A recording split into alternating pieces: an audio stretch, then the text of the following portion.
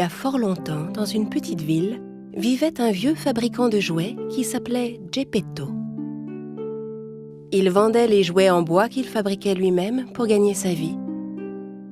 La seule chose que le vieil homme regrettait dans sa vie, c'était de ne pas avoir d'enfant.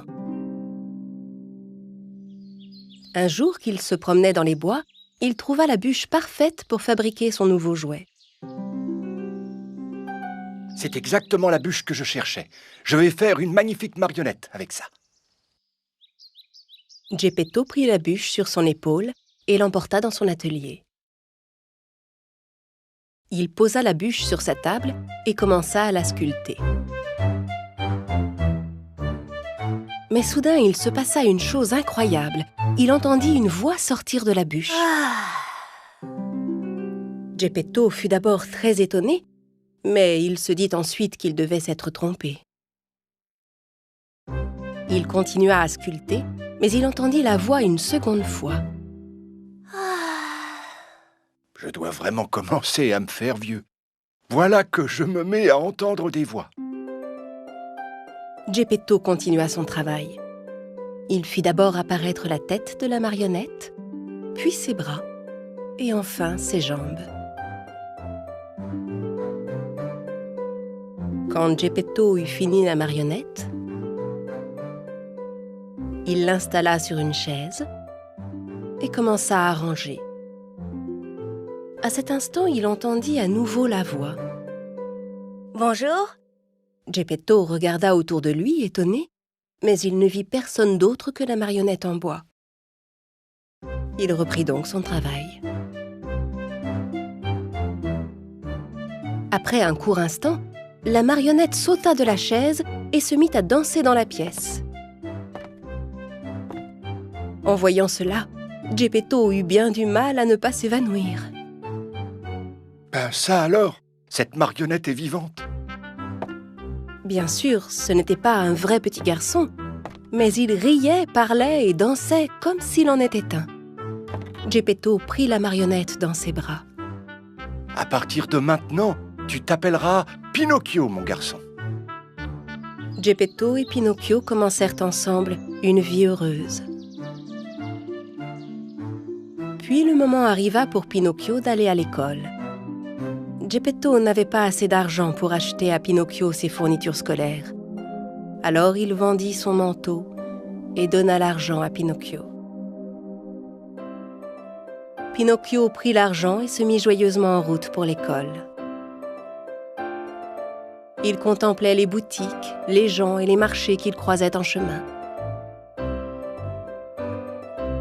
Soudain, il vit un attroupement devant lui.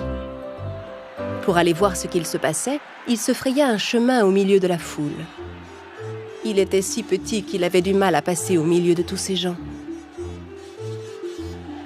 Arrivé devant, il vit une grande tente colorée. C'était une tente de cirque.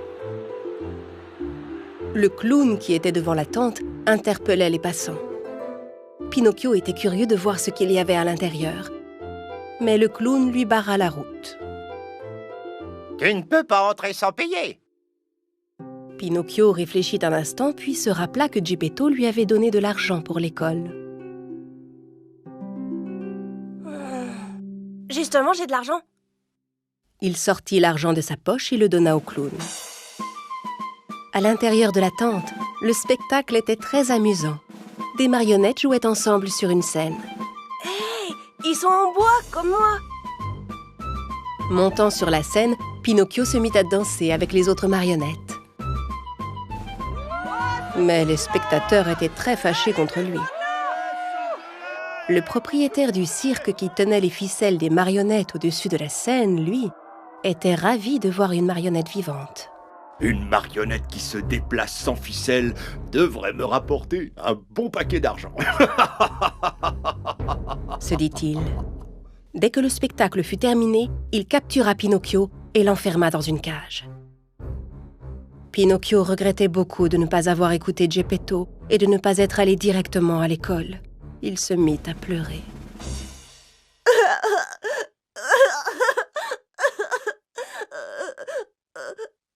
Voyant à quel point Pinocchio regrettait ce qu'il avait fait, une bonne fée apparut devant lui. « Tu aurais mieux fait d'écouter ton papa, mais je vois que tu as compris ton erreur maintenant. C'est pourquoi je suis venue pour te sauver, mais tu ne dois plus jamais recommencer. » Tout content, Pinocchio essuya ses larmes. « Mais je n'ai plus d'argent maintenant. Comment je vais pouvoir aller à l'école ?» La bonne fée lança un sort et l'argent réapparut dans la main de Pinocchio. « Cette fois, ne gaspille pas cet argent et va tout droit à l'école. » La bonne fée fit sortir Pinocchio du cirque.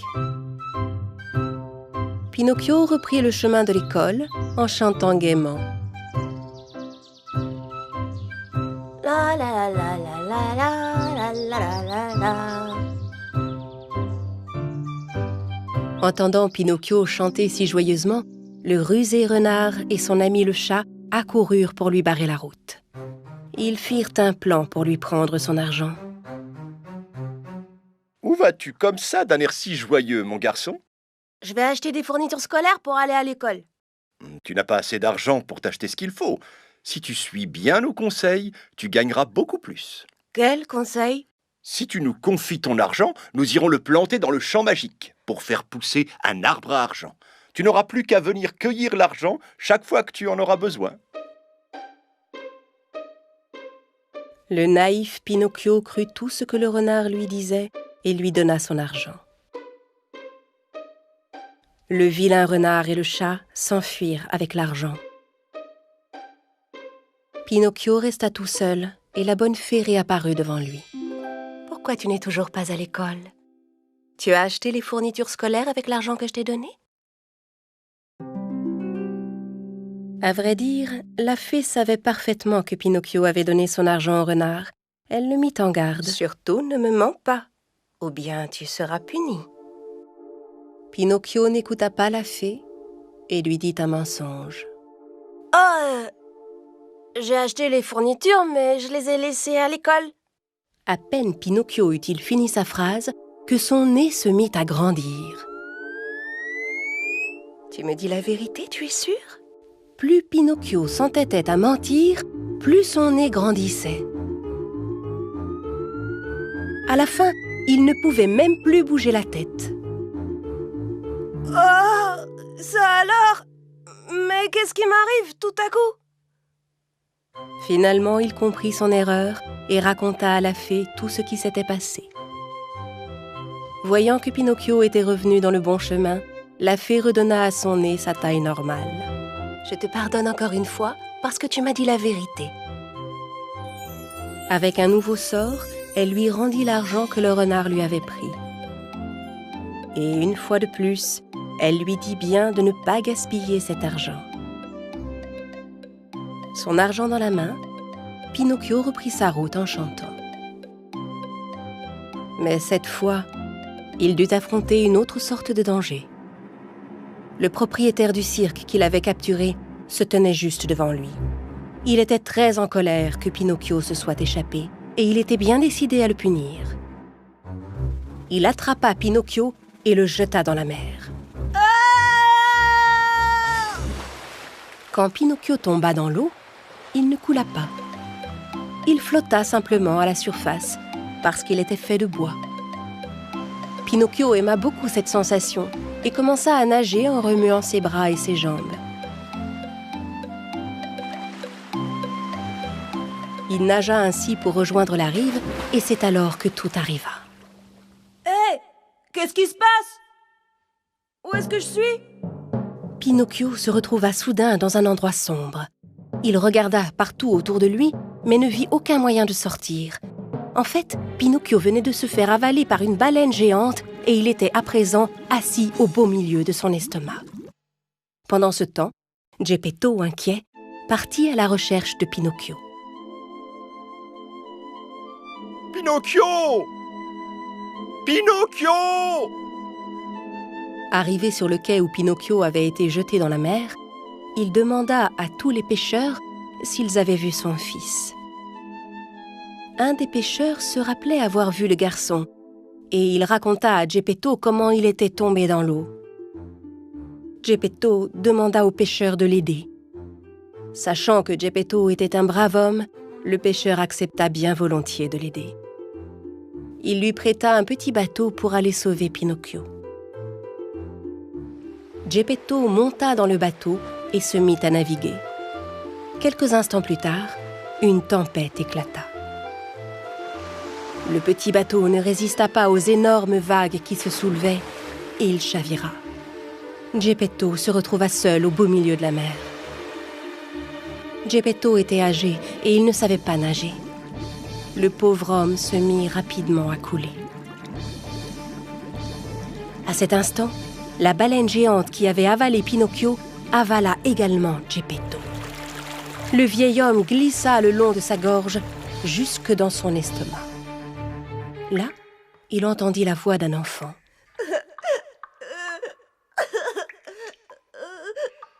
Bien sûr, il reconnut la voix immédiatement. Pinocchio, mon garçon, enfin, je t'ai retrouvé. J'étais tellement inquiet, si tu savais.